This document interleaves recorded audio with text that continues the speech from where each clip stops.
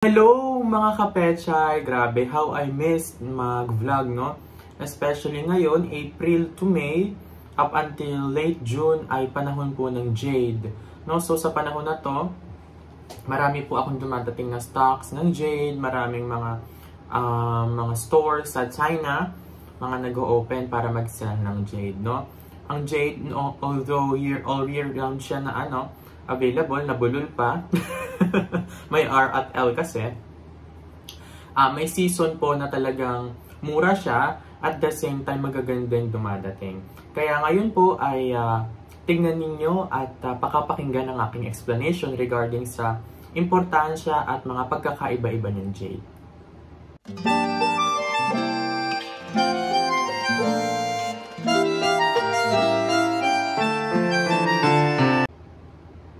So ngayon, ipapakita ko sa... una pala, explain ko, ano ang jade? Alam nyo mga kapechay, ang jade ay napaka-importanting type of stone sa China. No? Kasi ang jade, it symbolizes wealth and prosperity. Meaning to say, kapag meron ka ng jade, suswertihin ka sa buhay. Kasi long before, during the ancient time, ang mga emperors lang po ang nakakapagsuot ng jade, no? And even yung belt nila is made of jade. It's not made of gold or whatever, precious metal or diamonds, no? In Chinese culture and belief, ang taong may jade daw mayaman. Kasi matagal po bago ma-form ang jade, and also before, nasa pinakailalim siya. Kaya masasabi natin na yung jade ay sobrang mahal, and at the same time, it's a treasure.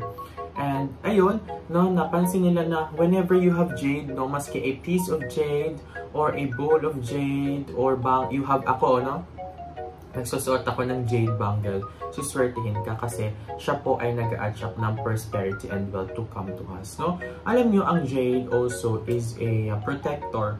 Kapag may suot kang jade, hindi ka makukulang, hindi ka mabarang, palipad hangin, and evil eye. Kasi it serves as a protection na siya yung nag-shield sa'yo.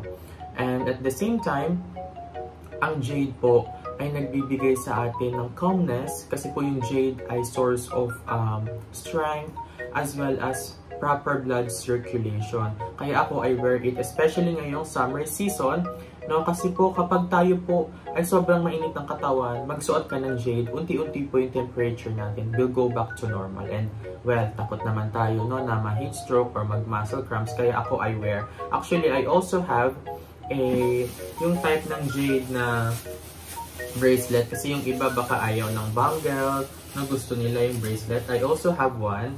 Look at it, it's so beautiful. Ito best seller ko, and minsan lang din ako magkaroon nito mga kapechay. So if you want, ito po, it regulates the blood, meaning to say kung high blood ka, maganda tong suot mo. Kung stress ka palagi, isuot mo to kasi it will give you peace, it will give you calmness and serenity. Kita nyo ngayon, nagbablog ako pero may kumukuha na ng jade, So, ayan, meron na. Kung hindi maipapakita sa inyo, gawa ng nakuha na siya. Pero, ayan, So, ito yung bracelet. Napakaganda, best seller ko at marami talagang kumukuha nito. And then next, we have is the Caixin. Caixin is the god of money. So, ito marami kumukuha mga businessman.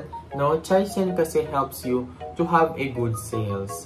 So, if you want magkaroon kayo ng magandang sales, magkaroon kayo ng maraming benta, you ask your Caixin, And then, we also have Guang Emma. So, kung kilala nyo po si Guanyin, ayan, Guanyin po is the parang Mama Mary siya. Siya po yung tumutulong sa atin if we are facing hardship, tayo nahirapan sa buhay, maraming problema. You ask her, tutulungan niya po kayo. Kasi po si Guanyin is the goddess of compassion and mercy.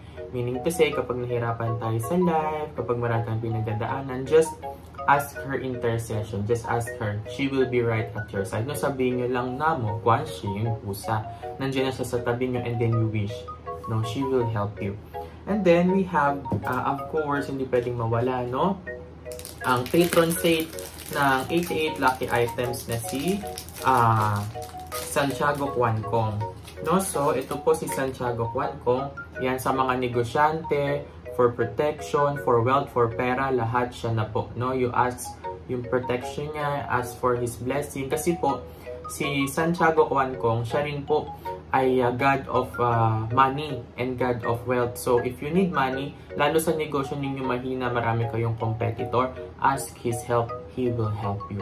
No? And also, sa mga, kunwari, may accidents or people with bad intention, he will really help you. Ito po, it's made of jade, yan. Maganda yung pagka-jade nito, as you can see. No? Ayan, makintab. Malalaman ninyo magandang jade kapag makintab siya. No? And then, ito po, yung kanya pong mismong image is laid in 24 karat gold. No? So, made of gold yan. Pero, it's not pawnable ha, kasi naka-inlaid lang siya. When we say inlaid, nakapatong. No? Ayan, napakaganda nito. Marami rin kumukuha sa akin ito ng mga businessman. And then, next is, we have yung ating mga money tree. No? So, doon sa mga naghahanap ng mga money tree, ito, I advise you, no, kuha kayo, napakaganda ng mga design natin. Explain ko sa inyo yung design, no, but if you want, no, kasi dito sa camera natin, medyo hindi siya clear, no, as you can see yung carvings, may carving siya, hindi masyadong clear. If you are interested, and if you want, just please PM me sa page ko, 88 Lucky Items sa Facebook. I can send you a picture for a better quality, no? So, this one, yung ating mga money tree, no? Dalawang design yan, i-explain ko sa inyo para kapag sa Facebook, ang hihingin nyo na lang sa akin ay yung much closer picture, no? Pero yung purpose niya, I will say it here. Na unang-una, this one is a very, very good, no? It's a very good kind of jade kasi this one is icy, no? Tinatawag natin siyang icy kasi kung titignan mo, parang makintab siya. So you see there, and it's a good quality jade ha.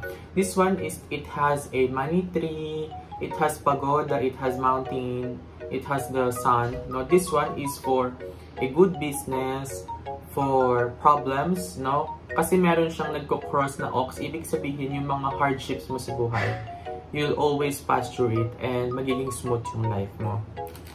And then this one naman, no, kung titignan ninyo, napakaganda ng kanyang carving. There you go. So, it has a money tree here, and then dito, nagko-cross yung ox. Parehas lang sila actually ng carving, and yung meaning niya, it's just that ito po ay mas maraming pagoda, no, and mas maganda yung carving niya. So, this one is for good business, and it has mountains on the back, meaning to say, kapag may mountain, hindi ka, yung sa buhay mo, stable ka, hindi ka parang meron ngayon, bukas wala, mahirap ngayon, bukas meron. At the same time, yung buhay mo, kunwari maraming mga tao gusto ka pabagsakin, hindi nila magagawa. Kasi mountain is support, no? Parang dito sa upuan ko mga kapechay, ang likod ko is a solid, what you call this, solid wall.